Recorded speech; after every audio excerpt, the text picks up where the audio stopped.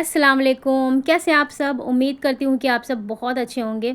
तो आज मैं लेके आई हूँ आपके लिए क्रोसेंट्स की रेसिपी जो बहुत ही परफेक्ट बनी हुई थी। इसे मैंने भी फर्स्ट टाइम ही ट्राई किया था और पहली बार में ही ये इतनी परफेक्ट बनी हुई थी ना कि मैं क्या ही बताऊँ। इसको कट करके मैं दिखाती हूँ तो आपको खुद ही पता चल जाएगी इसकी सॉफ्टनेस और इसकी जालीदार ये जो जाली जैसा बना हुआ है ब्रेड जैसा, तो ये बिल्कुल इतना बढ़िया बना हुआ था कि आपको क्या ही बताऊँ मैं।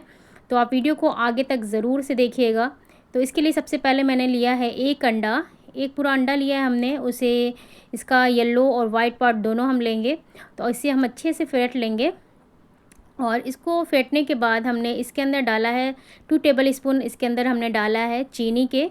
आप फुल जो मेज़रमेंट मैं बता रही हूँ, अगर उस मेज़रमेंट से आप बनाएँगे ना, तो आपका बिल्कुल परफेक्ट बनेगा, कुछ भी दिक्कत नहीं आएगी। तो इसलिए मैंने इसको फेंट लिया चीनी डाल के भी और इसके बाद हमने लिया है 1 एंड हाफ़ टी स्पून मैंने इसके अंदर ईस्ट लिया है।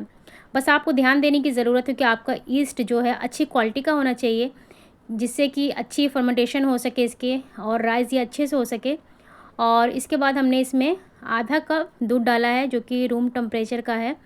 आधा कप हमने इसके अंदर दूध ऐड किया है, अच्छे से हम फेंट लेंगे जिससे कि लम्स सारे हट जाएँ इसके। और फिर 2 कप हमने लिया है इसमें मैदा। जिस कप से हमने आधा कप दूध लिया है था, उसी कप से हमने 2 कप इससे मैदा लिया है। ठीक है, उसे अच्छी तरह फेंट लेंगे। फिर उसके अंदर मैंने हाफ़ टी स्पून डाला है नमक। नमक डालने के बाद पहले हम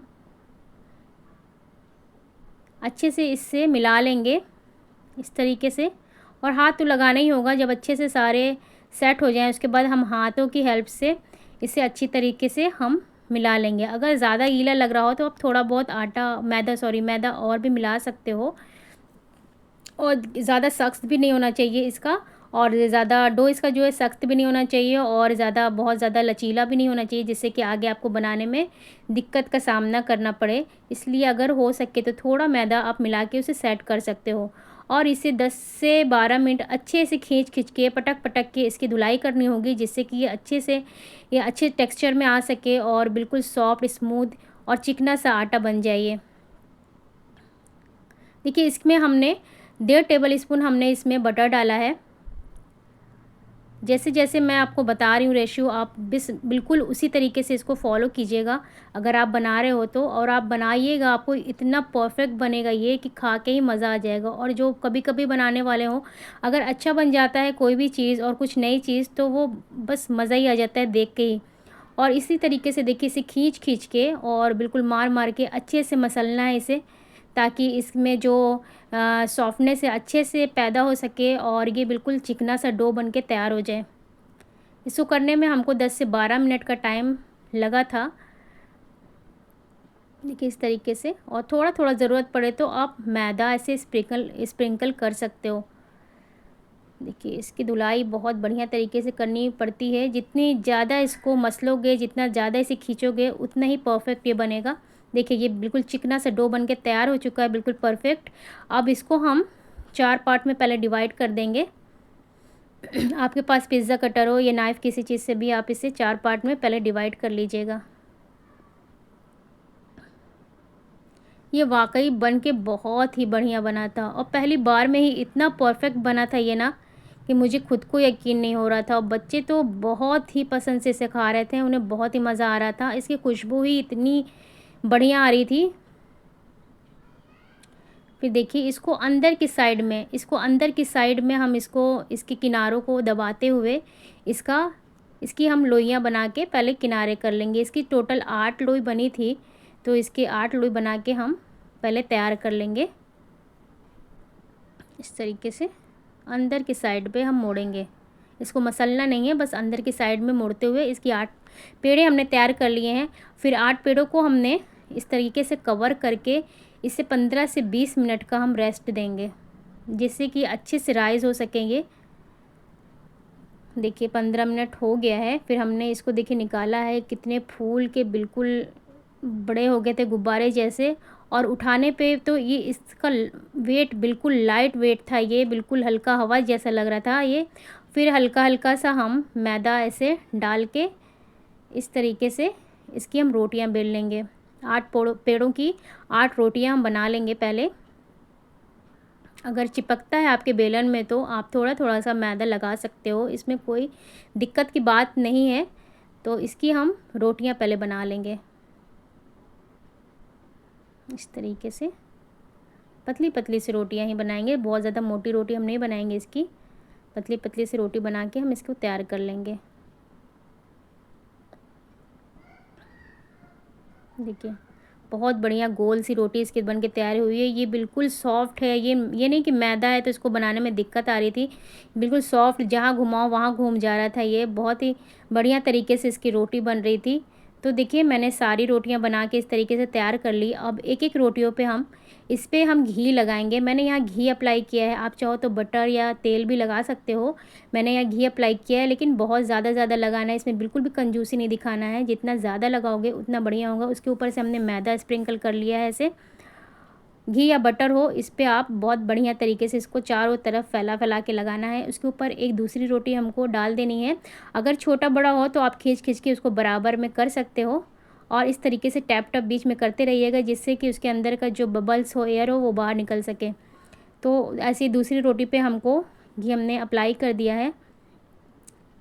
बिल्कुल थोड़ा नहीं, बढ़िया तरीके से इस पर घी लगानी है।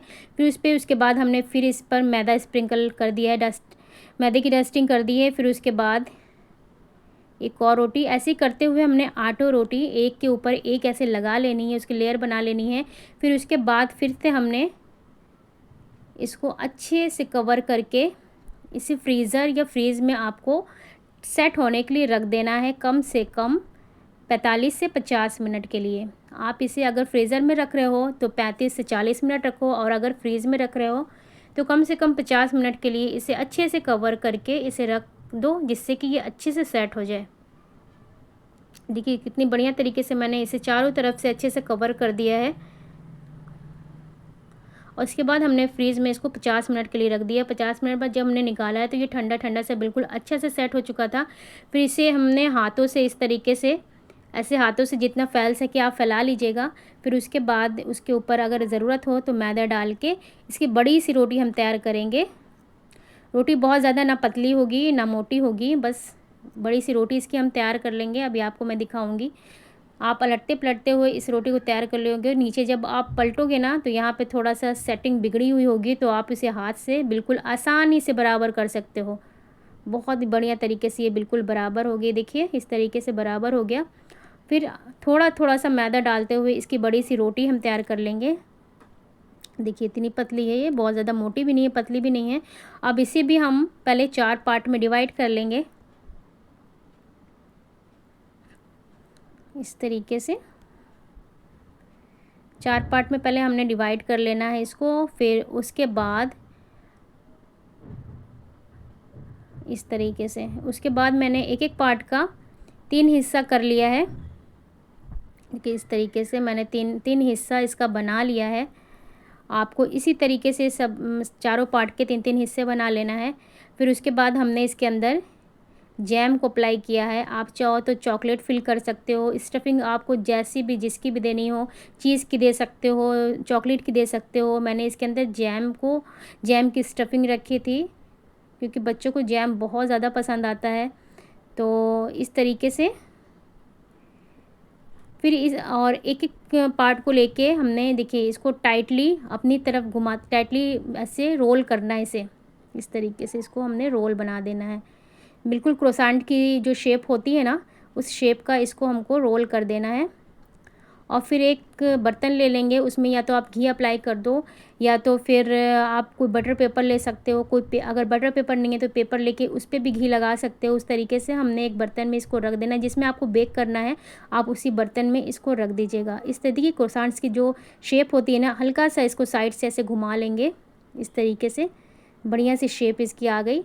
तो उसी बर्तन में हम इसको लगाते रहेंगे। देखिए, ऐसे से रोल किया हमने, और फिर साइड से ऐसे हमने टर्न कर दिया इसे, बस इसी टाइप की।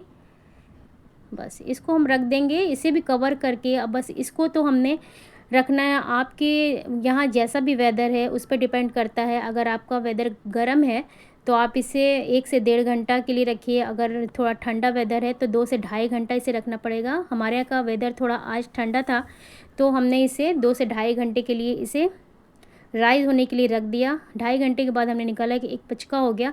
मैंने जिस पतीले में रखा था उस पतीले में से ये निकल ही नहीं रहा था। फिर मैंने अपने हस्बैंड को बुलाया तो उन्होंने मेरी हेल्प की, तो इस प्लेट को निकाल पाए। देखिए, लेकिन मैंने गलत प्लेट में से रख दिया था। फिर एक स्टील का प्लेट हमने लिया, उसमें घी अप्लाई किया, फिर उसके बाद हमने सारा इसमें रख दिया। देखिए कितना फूल के बड़ा हो गया ये बिल्कुल।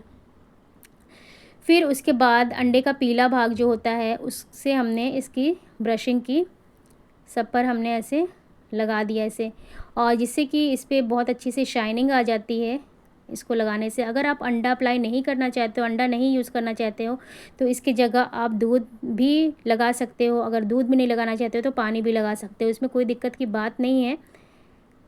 और जो बनाते वक्त जिसने अंडा मतलब जो नहीं खाता है तो वो बिल्कुल अंडे को स्किप कर सकता है। देखिए इसे बेक करने में मुझे पूरा 1 घंटे का टाइम लगा था। बीच में हमने देखा था तो ये थोड़ा हल्का कलर आ गया था। फिर 1 घंटे के बाद जब हमने खोला तो इसके अंदर से इतनी ख़तरनाक सी प्यारी सी खुशबू आ रही थी। देखिए ये भी लगाने में, ये भी निकालने में मुझे बहुत दिक्कत आ रही थी। हाथ भी कितनी बार मेरा जल गया था, लेकिन बस क्या ही वजह से तैसे जलते वलते मैंने निकाल ही लिया इसे। लेकिन फिर इसका रिज़ल्ट देख के तो मुझे बहुत खुशी हुई। फिर थोड़ा जो छोटे प्लेट में हमने लगाया था उसको भी इसके अंदर रख दिया बेक होने के लिए। ये देखिए इतनी चमकदार सी, इतनी सॉफ्ट सी ये क्रोसांट्स बन के तैयार हुई थी कि मेरा मन ही खुश हो गया। देखिए फिर फटाफट से मैंने चाय बनाई, और चाय के साथ अगर इसे आप पियोगे तो आपको मज़ा ही आ जाएगा। मैंने तो ब्लैक टी बनाई इसके साथ, और आपको चाय कॉफ़ी जिसके साथ भी खाना हो, इसे जिसके साथ भी खाओ बहुत ही मज़ा आ जाएगा। तो देखिए आपको मैं तोड़ के भी दिखाती हूँ कितना सॉफ्ट है और अंदर से कितना जालीदार बना हुआ है ये। और अंदर जो मैंने जैम की फिलिंग की थी ना, वो भी एकदम साफ़ दिख रहा है। कितनी शाइनिंग आई है इसमें। तो आप इस रेसिपी को एक बार अपने घर में ज़रूर से ट्राई कीजिएगा, और मेरे बताए गए जो मेज़रमेंट रेशियो है उसको ज़रूर से फॉलो कीजिएगा, तभी जाके ये आपके लिए बिल्कुल परफेक्ट बनेगा। तो आपको मेरी ये रेसिपी अगर पसंद आती है तो मैं वीडियो को मेरे लाइक कर दीजिएगा, ज़्यादा से ज़्यादा शेयर करके मेरे चैनल को सब्सक्राइब करना बिल्कुल भी मत भूलिएगा। बहुत मेहनत से बनाती हूँ, तो उसका प्लीज़ आप उसे सपोर्ट कीजिएगा मेरे चैनल को। देखिए मैं कट करके एक बार और आपको दिखाती हूँ कितना परफेक्ट बना हुआ था। बिल्कुल जालीदार बढ़िया सा बना हुआ था ये, और बहुत ही सॉफ्ट बना था, बिल्कुल सॉफ्ट बना था। इस टाइम पे तो ये बिल्कुल गरम गरम था। आप इसे रख भी सकते हो, फ्रीज़ में रख दीजिए आप कवर करके अच्छी तरीके से किसी बर्तन से। फिर उसके बाद आप उसे गरम करके आसानी से जब भी गरम करोगे ये बिल्कुल सॉफ्ट हो जाएगा, और आप खा सकते हो उसे 1 हफ्ते तक। देखिए इसकी परतें भी कितनी आसानी से खुल रही थी, इसकी लेयर जो थी बहुत आसानी से निकल जा रही थी। ये बहुत ही परफेक्ट बना हुआ था। तो ज़रूर से ट्राई कीजिएगा। मिलती हूँ नेक्स्ट रेसिपी के साथ। अल्लाह हाफ़िज़।